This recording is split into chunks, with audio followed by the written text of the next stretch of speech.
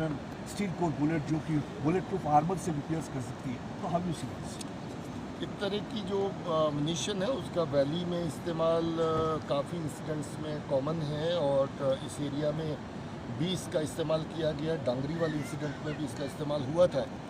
तो मुझे लगता है कि ये जो टेररिस्ट हैं, दहशतगर्द हैं, they come better prepared for this kind of attacks और they want to make sure कि अगर छोटा मोटा मोर्चाबंदी भी कहीं हो तो उसके बावजूद भी उनका जो फायर है वो कारगर हो। तो मुझे लगता है उसी स्ट्रेटजी सर, हर बार लोकल सपोर्ट्स की बात आती है, लोकल सपोर्ट होती है, तो कितना सतर्क रहना चाहिए पुलिस? देखिए, लोकल सपोर्ट के बगैर इस तरह की कार्रवाई जो है उसको अंजाम नहीं दिया जा सकता है। अभी भी इस में जो हमने पकड़ा एक मॉड्यूल पूरा जो इन्वॉल्व है, जो इनको पिछले 2-3 महीने से मुकम्मल सपोर्ट दे रहा है। निसार और उसका फैमिली, जो परिवार के लोग जो राशन पानी हर तरह की सुविधा इनके लिए फराम कर रहे थे, इनको प्रोवाइड कर रहे थे। इनका जो पाकिस्तान से सामान ड्रोन के ज़रिए से आया था वो भी उठा के लाया और इनको मुहैया किया गया और इनको दिया गया।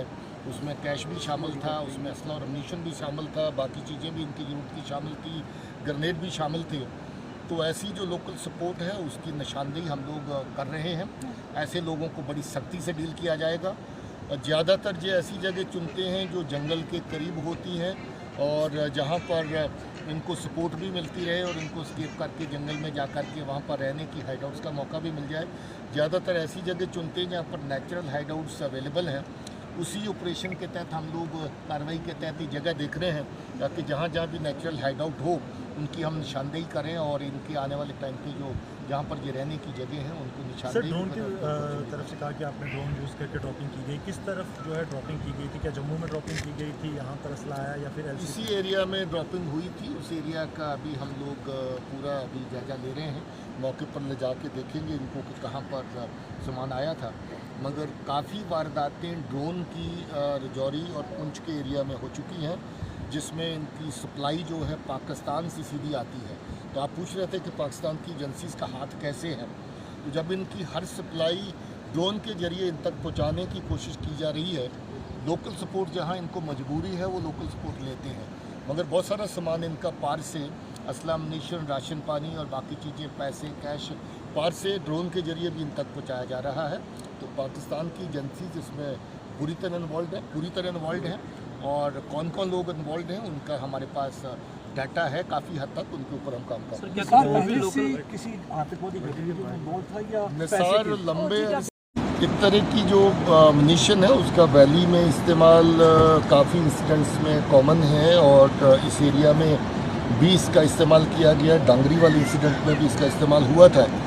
तो मुझे लगता है कि ये जो टेररिस्ट हैं, दहशतगर्द हैं, they come better prepared for this kind of attacks और they want to make sure कि अगर छोटा मोटा मोर्चाबंदी भी कहीं हो तो उसके बावजूद भी उनका जो फायर है वो कारगर हो। तो मुझे लगता है उसी स्ट्रेटजी। सर, हर बार लोकल सपोर्ट्स की बात आती है, लोकल सपोर्ट होती है, तो कितना सतर्क रहना चाहिए पुलिस? देखिए, लोकल सपोर्ट के बगैर इस तरह की कार्रवाई जो है उसको अंजाम नहीं दिया जा सकता है।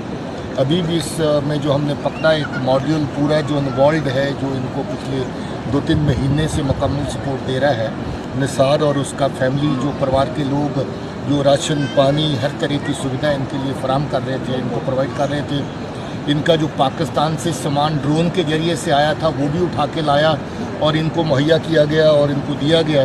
उसमें कैश भी शामिल था, उसमें असला और अम्यूनिशन भी शामिल था, बाकी चीज़ें भी इनकी ज़रूरत की शामिल थी, ग्रेनेड भी शामिल थे। तो ऐसी जो लोकल सपोर्ट है उसकी निशानदेही हम लोग कर रहे हैं। ऐसे लोगों को बड़ी सख्ती से डील किया जाएगा।